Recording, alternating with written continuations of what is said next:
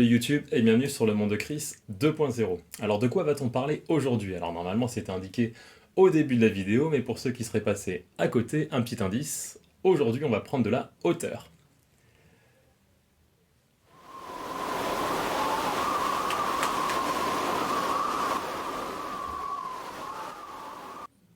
Merci.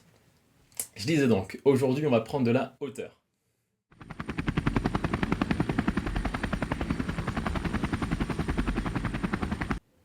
Vous l'avez compris, dans cette vidéo on va parler drone, et plus précisément du dernier modèle de chez DJI, le Mavic Pro. Je vais commencer par vous laisser regarder différentes prises de vue effectuées avec le Mavic, et on en reparle juste après.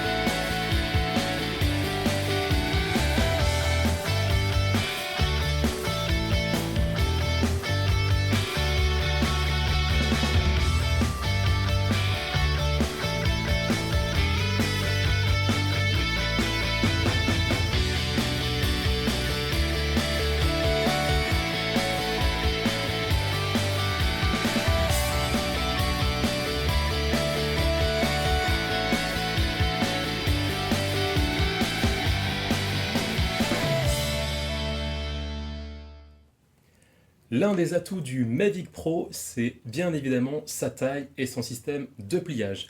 Je vais vous montrer rapidement comment on effectue la manipulation. Rien de sorcier. On commence par abattre hop, les hélices. Et on n'a plus qu'à regrouper les différentes branches. Hop, proche du châssis. Voilà ce que donne le Mavic replié. Je vous ai pris des petites photos pour pouvoir comparer en fait la taille à un téléphone ou à une bouteille d'eau. Ça vous permettra de voir un petit peu ce que ça donne réellement.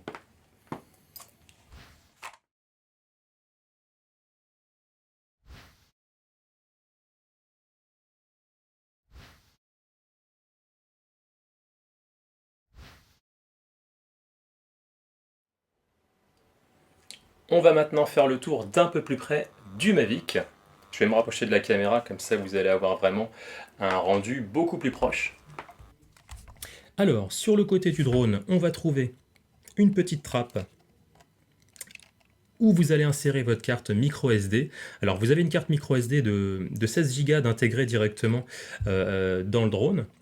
Il faut savoir que vous pouvez mettre au maximum une carte de 64 Go, donc vous embêtez pas à acheter une carte de 128 ou une carte de 256, car elle ne sera pas reconnue par le drone. Vous avez également un petit commutateur qui va vous permettre de sélectionner si vous souhaitez piloter votre drone avec votre smartphone ou directement avec le contrôleur. Donc il ne faudra pas oublier d'actionner le bon commutateur. De l'autre côté, vous avez également une autre petite trappe, donc c'est un port micro USB tout simplement qui va vous permettre de récupérer vos vidéos en branchant le câble et de ne pas retirer votre carte SD de votre drone, mais directement de les lire depuis le drone vers votre ordinateur. À l'arrière, on va retrouver directement ici un voyant, les voyants que vous retrouvez également au niveau des hélices, qui vont vous permettre de vous donner des informations sur le fait qu'une photo va être prise, sur le fait qu'on soit dans une zone contrôlée ou non. Enfin voilà, ça vous donne pas mal de petites indications, ça je vous laisserai regarder directement sur le site.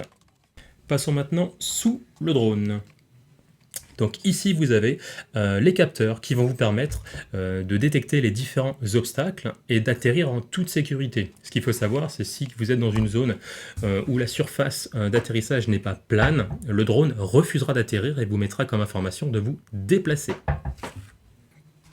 Au niveau des hélices, alors pour les mettre ou pour les remplacer, c'est extrêmement simple. Il suffit simplement d'appuyer et de tourner votre hélice et ça la libère directement. Alors faites attention, n'importe quelle hélice ne va pas à n'importe quel endroit sur les rotors.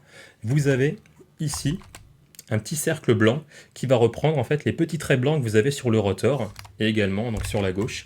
Là je n'ai pas de trait blanc donc j'insère l'hélice qui n'a pas de trait blanc.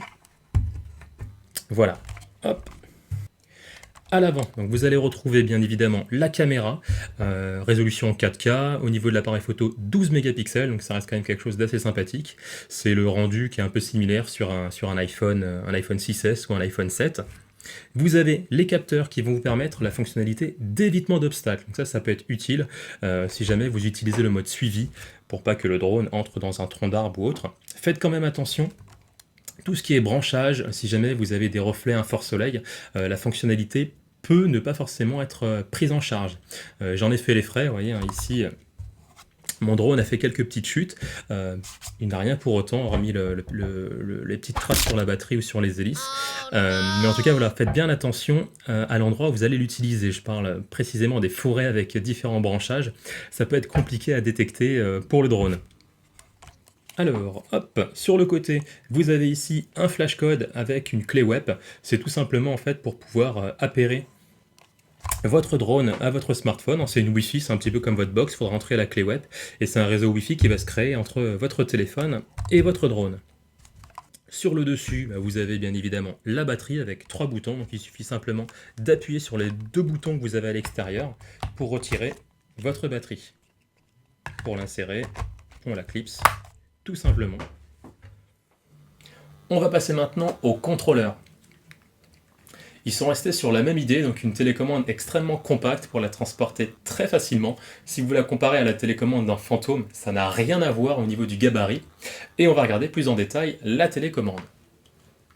Au niveau du contrôleur, alors c'est le même principe. Vous avez la possibilité d'enclencher, enfin de déboîter, pardon, le bas pour pouvoir fixer un téléphone, un smartphone ou voire une tablette du type iPad mini.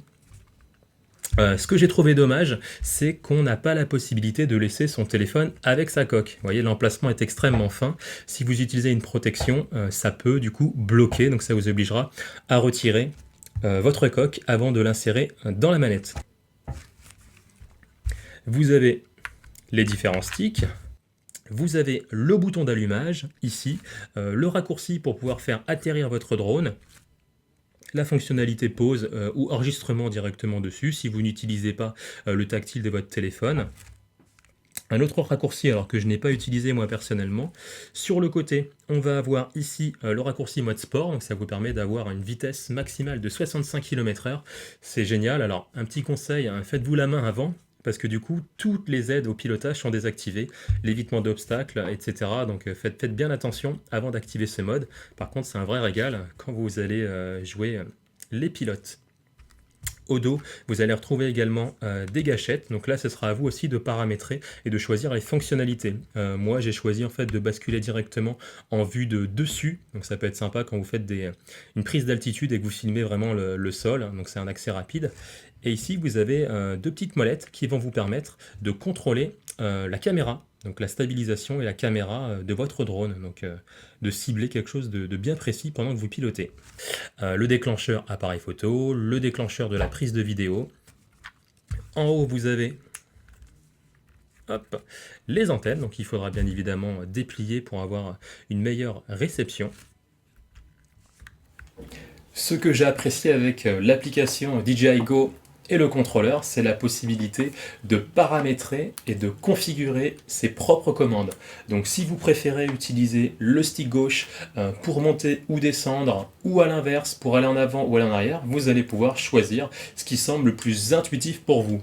Pareil avec le stick droit, si vous pensez que aller à gauche ou à droite est plus intuitif que d'avoir à bouger le drone en stationnaire, c'est à vous de choisir vraiment ce qui vous convient le mieux.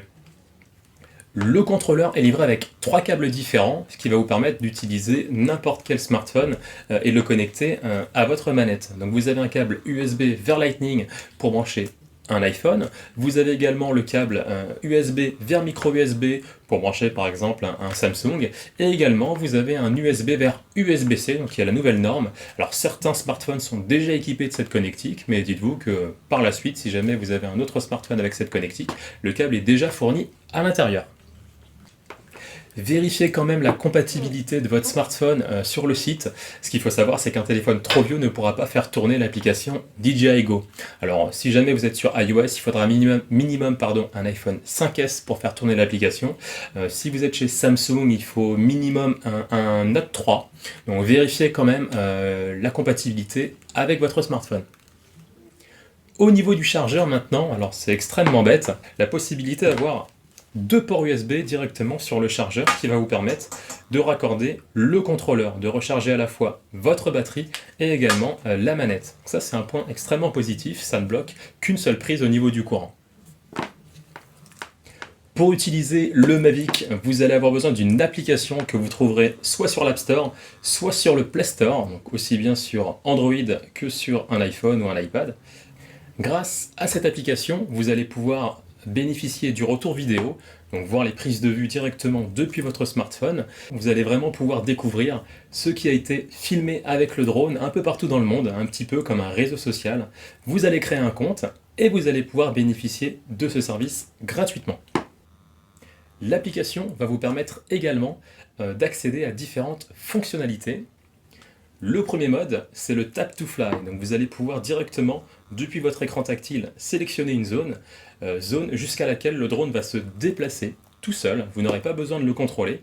Vous pourrez, pendant qu'il se déplace, agir sur la caméra. Donc ça vous permet d'avoir une vidéo extrêmement stable, pendant que vous pouvez cibler plus en détail un lieu, un personnage, un objet. Donc ça, c'est un mode extrêmement intéressant. Le deuxième mode, c'est le mode gesture. Alors le mode gesture, il va vous permettre d'être ciblé directement par votre drone, donc votre drone est en vol stationnaire, et sans même avoir touché au contrôleur ou à votre téléphone, vous allez pouvoir effectuer un geste qui va lancer le ciblage. Donc sur ce mode gesture, il faudra juste lever les bras au ciel et les agiter, vous allez avoir un verrouillage qui va s'effectuer. Une fois que vous êtes verrouillé, le drone va vous suivre, donc vous allez vous déplacer de gauche à droite, d'avant en arrière, il va vous suivre directement. Et pour déclencher la photo, il faudra effectuer un carré avec votre main, tout simplement. Et vous allez voir que les diodes, les LED qui sont situés sur le drone vont clignoter et vont vous indiquer que la photo va être prise. Donc c'est un petit retardateur qui est de 3-4 secondes qui va permettre de prendre la photo.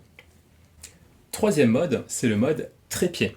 Alors le mode trépied, c'est extrêmement simple, il va vous permettre de baisser, de diminuer la sensibilité de déplacement du drone. C'est-à-dire que si jamais il est proche de vous, vous allez pouvoir le positionner à un endroit bien précis pour faire un selfie, un autoportrait, sans avoir à passer 30 minutes à positionner correctement votre drone, puisque là les commandes sont beaucoup moins sensibles. Le dernier mode, c'est celui que je préfère, c'est l'Active Track. C'est le suivi de votre drone en toute autonomie, c'est-à-dire que vous allez pouvoir vous déplacer d'avant, en arrière, de gauche à droite, et votre drone va vous localiser, va vous cibler et va vous suivre, tout simplement. Je vais d'ailleurs vous faire une petite démonstration de ce dernier mode, et pour ça, je vais avoir besoin d'un accessoire. Voilà, donc on va se retrouver sur un terrain de basket, enfin un city stade, et je vais vous montrer un petit peu les différents modes de déplacement du drone. On commence avec le premier mode de suivi, donc l'Active Track, avec un drone statique, c'est-à-dire qu'il va suivre le sujet mais sans se déplacer. On commence tout de suite avec une petite mise en bouche. Petit dribble, enchaîné à un shoot, et ça rentre, bien évidemment. Donc on a vraiment l'impression que la caméra est fixée sur un poteau ou sur un mur. Petit lay-up. Shoot longue distance, 3 point, et ça passe. Petit dribble dans le dos, accélération, petit lay-up. Pour le moment, Chris a l'avantage, le panier ne défend pas extrêmement bien. Shoot à 3 points, est-ce qu'il va réitérer son shoot? Et oui, c'est dedans. Jusque là, on n'a rien à dire. Le joueur est vraiment très adroit, petit lay-up. Allez, on passe tout de suite au deuxième mode de suivi. Donc là, vous allez pouvoir constater que le drone va se déplacer, tout en suivant le sujet, bien sûr.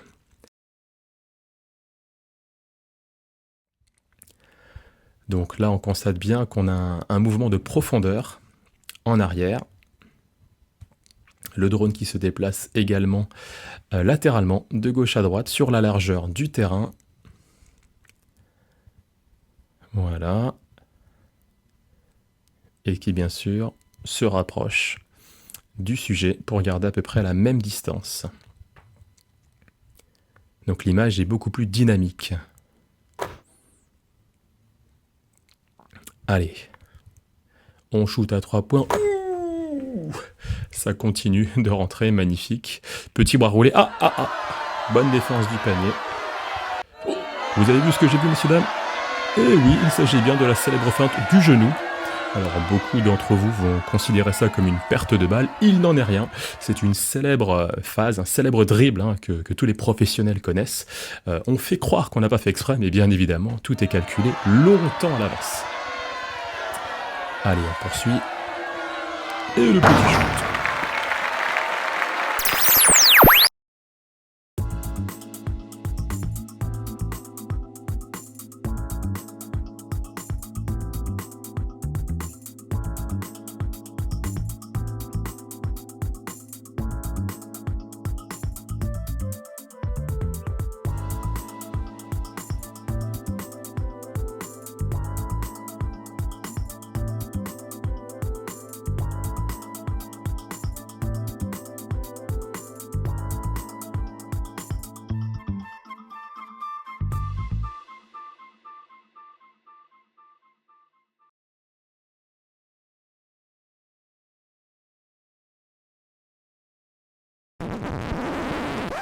Et voilà, donc j'espère que cette première vidéo sur ma chaîne vous aura plu. Si jamais c'est le cas, n'hésitez pas à la partager, à la commenter, à la liker. Et puis je vous dis à très bientôt pour une prochaine vidéo.